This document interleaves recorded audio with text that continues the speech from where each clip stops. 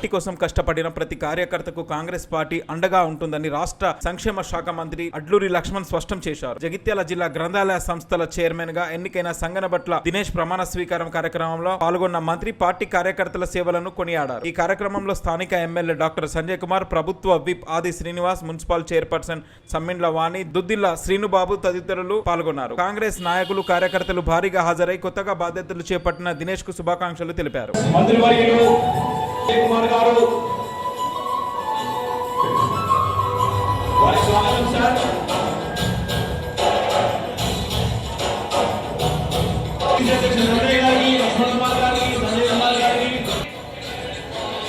రియాజ్ గారికి, అలాగే శ్రీనిబాబు గారికి, మిగతా చాలా మంది వచ్చినటువంటి ఆత్మీయ మిత్రులందరికీ స్వాగతం తెలియజేస్తున్నాం.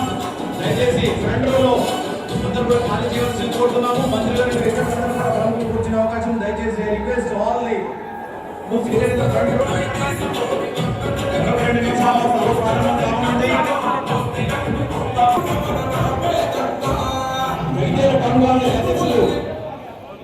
స్వాగతం తెలియజేస్తున్నాం, స్వాగతిస్తున్నాం.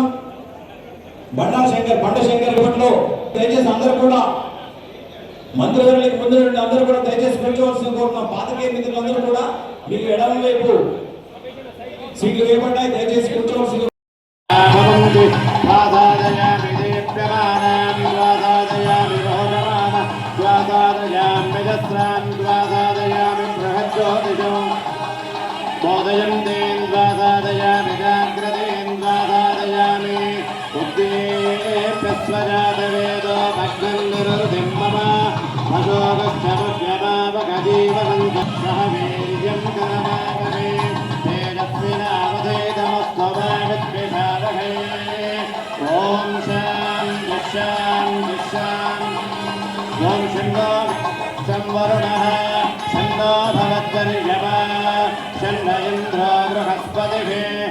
ब्रह्मादे त्वमेव प्रत्यक्षं ब्रह्म वदिष्यामि. इदवत्सराय परिवत्सराय संवत्सराय कृणुता बृहन्नमः केशादो यज्ञयानां योगदेदास्याम भद्राय ॐ शरण्ये वशानशतम्हे वन्दां शतमुवदन्तान् शतमिल्लः शतम्ये वजरतो वर्धमानैत्यमिनिगमो वर्धयन्ति शतमेन शतात्मानं भवति शतमनवर्धन्तं सर्वो वर्धयन्त सर्वो वर्धयन्त. ఈ మగుడం ద్వారా మనం ఈ సభను ప్రారంభిస్తున్నాం. మనం ముందుగా మన సాంప్రదాయ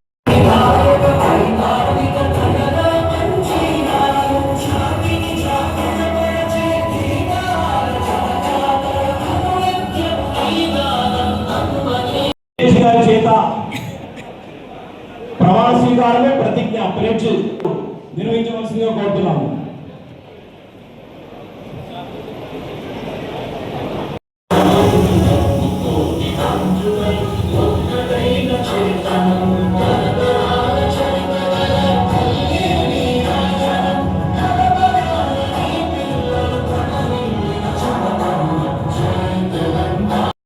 కార్యక్రమం ఉంది, దయచేసి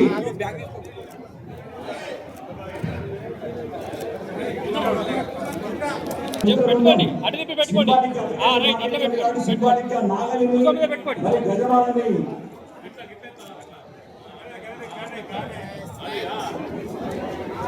దయచేసి మిత్రులతో కోరుతున్నాం.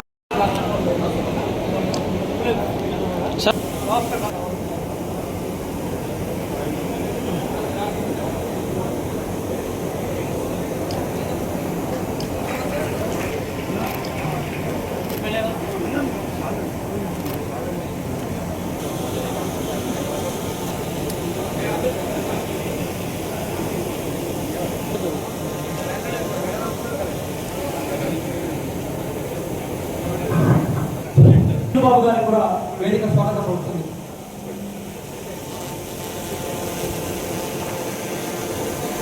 వందల సంవత్సరాల నుండి కూడా నడుస్తున్నది.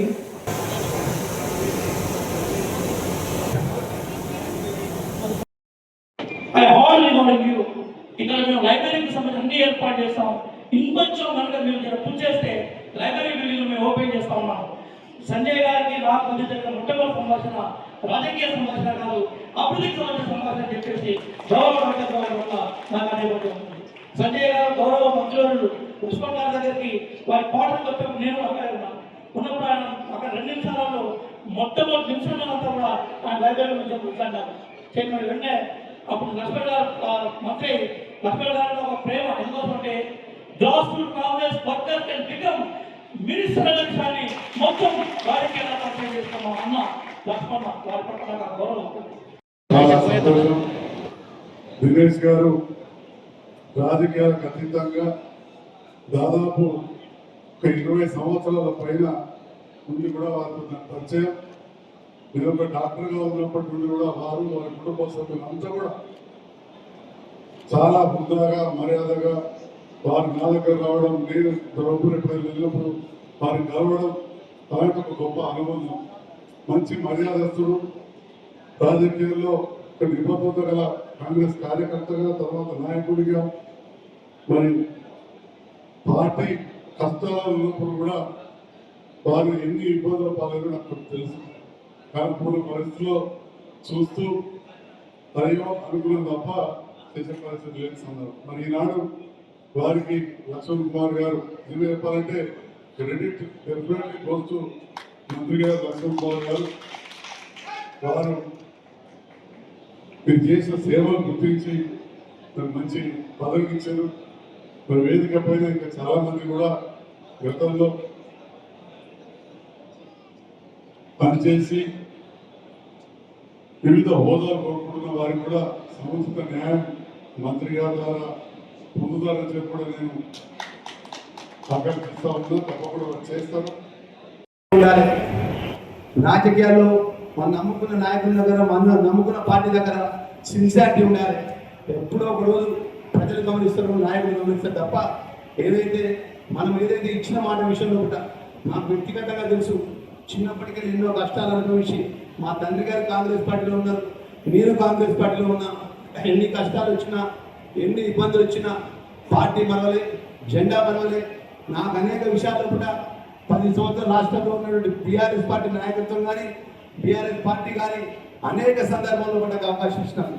ఒక సందర్భంలో కూడా నీ పార్లమెంట్ టికెట్ ఇస్తారమ్మని చెప్పి బీఆర్ఎస్ పార్టీ, ఒక సందర్భంలో కూడా నువ్వు కోర్టు కేసు కొట్లాడుతున్నావు కదా, కోర్టు కేసు ఎన్నిసార్లు కొట్లాడతావు, నువ్వు మా పార్టీలకు రా, నీకు గౌరవం ఇస్తాం, నీకు ఏదంటే చేస్తాం, నువ్వు రాబోయే 3వసారి కూడా ముచ్చటగా మా పార్టీ వస్తుంది, మేమే అధికారంలో ఉంటామని చెప్పి అప్పుడు ఉన్నటువంటి ఏదైతే బీఆర్ఎస్ పార్టీ నాయకత్వం అడిగింది. మరి ఏదేమైనా ఒకటే నేను ఆలోచన చేసిన, నాకు 10 వస్తుంది కావచ్చు, నేను హైదరాబాద్ విలాసమైన జీవితం గడుపుతా కావచ్చు, ఒక మంచి విలాసమైన కారు కొనుక్కుంటా కావచ్చు. కానీ 2009 నుంచి 2022 డిసెంబర్ అంటే ఒక సంవత్సర కాలం ఎన్నికలుంది. నా కార్యకర్తలు, నా నమ్ముకున్న పార్టీ లక్ష్మణ్ కుమార్ అయినా గెలిస్తే మేము గెలుస్తామని చెప్పి అన్ని అవమానాలు భావించి ఎన్ని ఇబ్బందులు ఎదుర్కొని టీఆర్ఎస్ పార్టీ మేమే రాజులం, మేమే మంత్రులమని విడిగా అరాచకాలు చేస్తున్నటువంటి పార్టీని, మరి ఈ యొక్క నాయకత్వాన్ని ప్రజలను నమ్మించి మోసం చేసిన పార్టీని ఈ ప్రాంతంలో మనం వారిని అధిగమించి ప్రజలను నమ్మకాన్ని సంపాదించుకోవాలంటే మన కార్యకర్తల మనోభావాలు కాపాడుకునే విధంగా నాకు ఎన్ని కష్టాలున్నా ఒక సందర్భంలో కూడా మరి 3 సార్లు టికెట్ ఇచ్చిండు, 4 సార్లు టికెట్ ఇచ్చిండు, 5 సార్లు టికెట్ ఇస్తారా నీకు అని చెప్పి నా మీద ఇక్కడి నుంచి ఢిల్లీ దాకా పోయి నా మీద వ్యక్తిగతంగా ఎన్నో ఉత్తరాలు సోనియా గాంధీ గారికి, రాహుల్ గాంధీ గారికి, అదేవిధంగా పార్టీ నాయకత్వానికి ఇచ్చిన ఒకటే అనుకున్నా, ఏదేమైనా ఈ క్షేత్రం దక్షిణాంధ్ర దైవక్షేత్రం. ఎవరు శాసనసభ్యులు పోటీ చేయాలన్నా, ఎవరు రాజకీయంగా ప్రాతినిధ్యం చేయాలన్నా ఆ స్వామి వారి ఆశీస్సులు ఉండాలి. తప్పకుండా ఈ దైవ క్షేత్రంలో కూడా నాకు నమ్మకం ఉన్నది. రాబోయే 23 డిసెంబర్ ఎలక్షన్స్లో నేను సుమారు 8 నెలల క్రితం పిసిసి అధ్యక్షుల రేవంత్ రెడ్డి గారి దగ్గర ఉంటే మొన్న ప్రెస్ మీట్లో చెప్పాను. అన్న దగ్గర పోయినా శ్రీధర్ బాబు గారు కలిసిన కన్నా శ్రీధర్ పిసిసి ప్రెసిడెంట్ గారి దగ్గర పోయి అన్న ఎలక్షన్స్ 8-9 నెలలు ఉన్నది,